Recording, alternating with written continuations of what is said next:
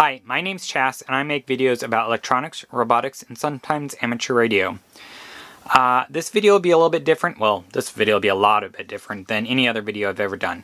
My buddy Wellington reached out to me the other day, and he's like, hey, you should try a video about interviewing makers. And I'm like, you're right, Wellington, that's brilliant.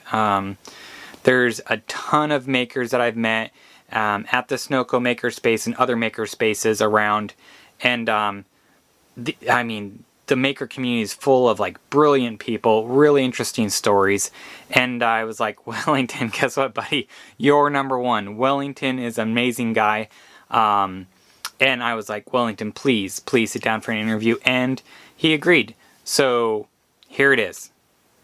I'm here today with Wellington, who's a local maker. He creates content, volunteers his time to teach maker-related courses. He's passionate about making. He has a family, and he still has time to make really awesome projects. So, Wellington, we're here today. You brought a couple projects with you. Before anything else, how do you have all this time? Where did all this energy come from? How did you get into making? That's a good question. When it all started, easy to remember. 1988 was the time when I got my first electronics magazine. It was coming with in the cover it has this how to build your own pirate FM station. I got in love with that, so I was bit by that bug by the age of 13. And it's funny because electronics was my profession from the early start up until 24, 25 years old, and then I got into IT and programming and all of that, and I thought that I was never going to touch electronics anymore. Now, 3-4 years ago I found out about Arduinos, and the fact that with Arduinos I could have both electronics piece and the coding piece that I actually care about a lot too. I was like, okay, so with code I can change how this electronics thing works and behaves. I was like mind blown, and I was like, okay, I want this. I wanna learn how to play with this. And one thing leads to another, and then I found this makerspace, and I keep evolving, I keep learning, and now with IoT and all of that, so it's easier and easier today to connect my profession with electronics. So it's a long-term passion, and I still like a lot about it. So that's amazing. Did you actually ever make that pirate radio?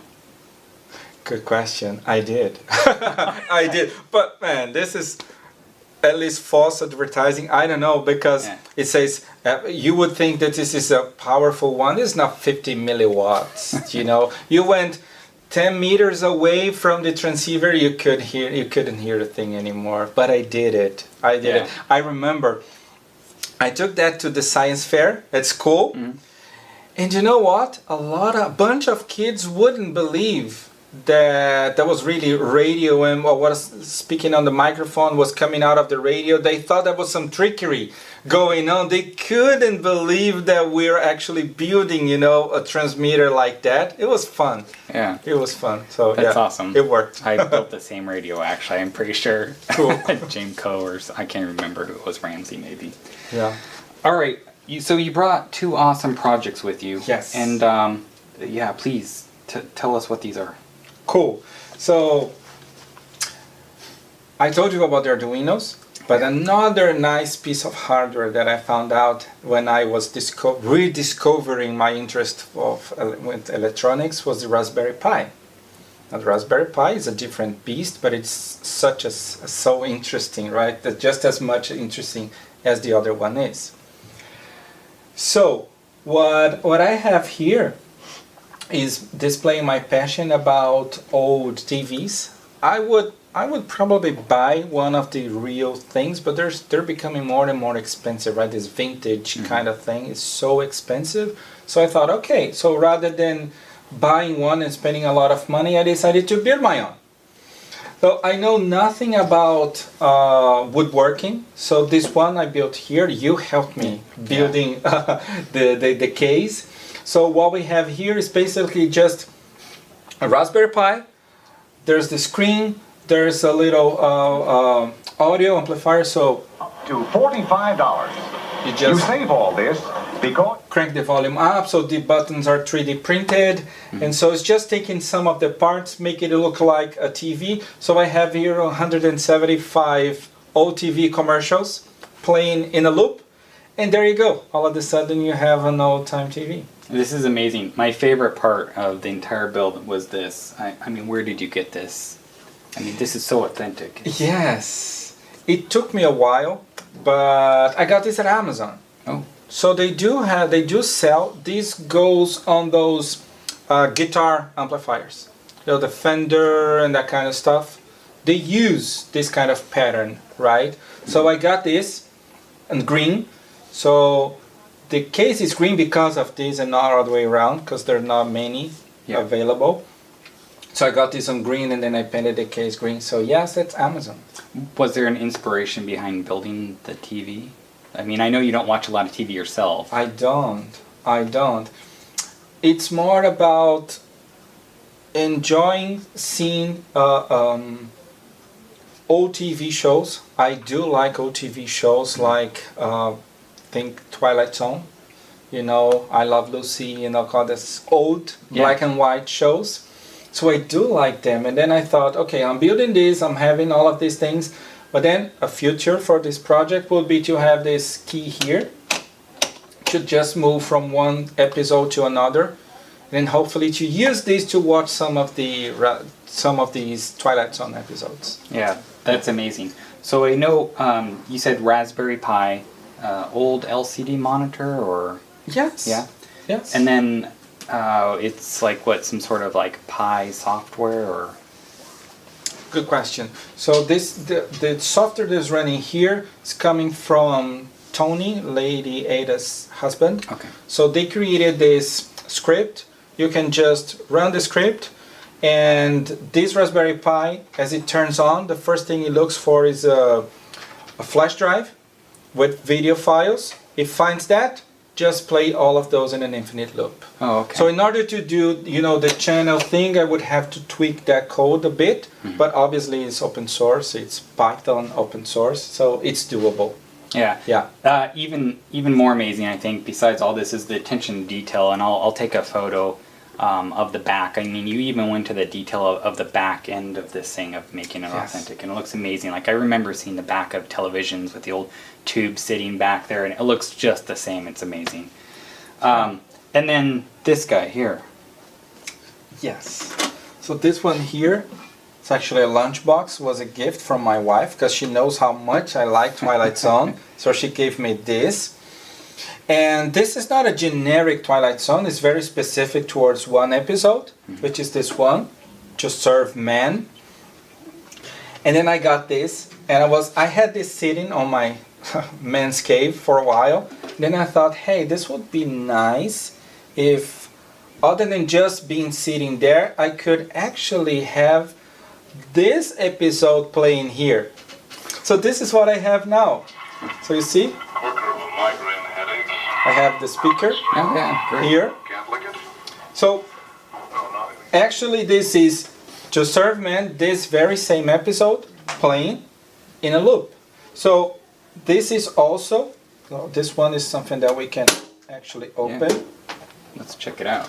So what we have here, Raspberry Pi, little LCD screen that I got from a backup camera, the audio part, and the speaker. That's it. That's a little audio amplifier? Yes. Oh, that's great. It's all in one. Yes, all in one. It's one of those cheap ones from China. Mm-hmm. So what we have here, in a sense, this is exactly the same as this one. Right.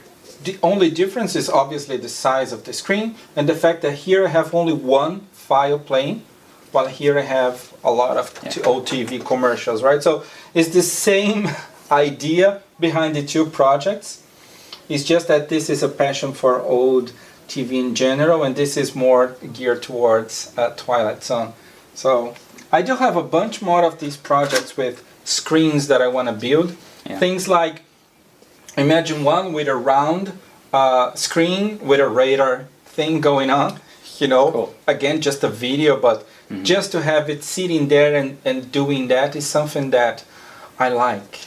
Yeah, so I have a ton of projects myself on the shelves, and it seems like some of my projects, especially when they get, fairly involved, they get to that I buy all the parts, I get it there, and they get to that 80% mark, and they just don't make it. So do you have, I guess, do you have like project management? How do you tackle these projects and get them completed? Good point. I do have one file with all of my ideas, because some of these ideas just come and you have to take notes. So I make notes of all of my ideas. I have, I don't know, 20 or so waiting to see the light of the day.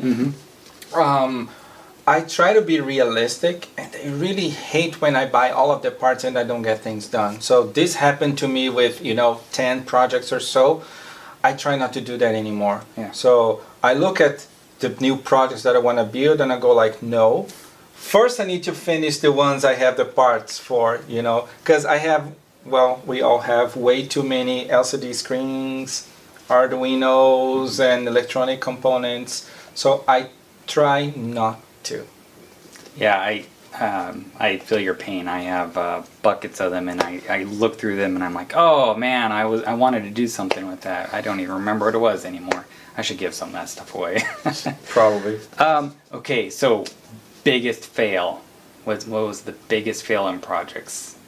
Just for fun. Uh-oh, you have no fails. I wish.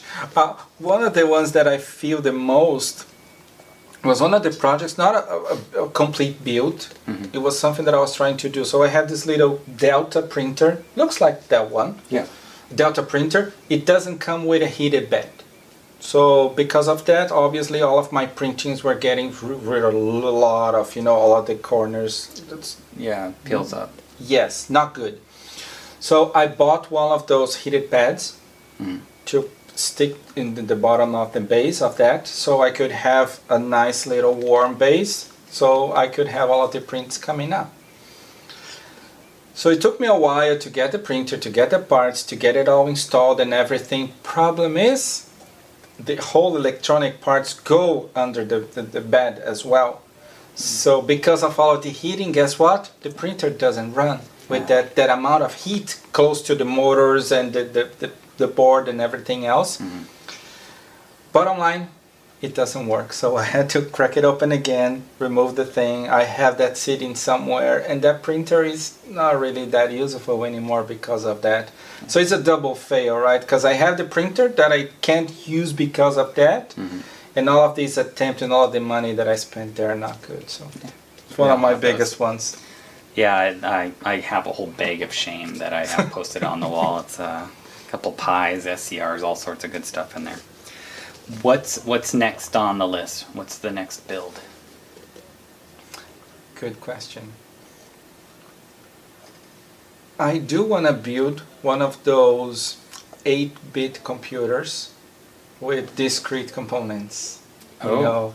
There's a couple going on of the internet. YouTube has a couple of them. Ben Eater has a fantastic build, step by step on a breadboard. I want to build one of those. Are you gonna breadboard it? Yes. Oh yeah. Are you gonna kit it, or are you just gonna like pull it out of your mind and figure it out?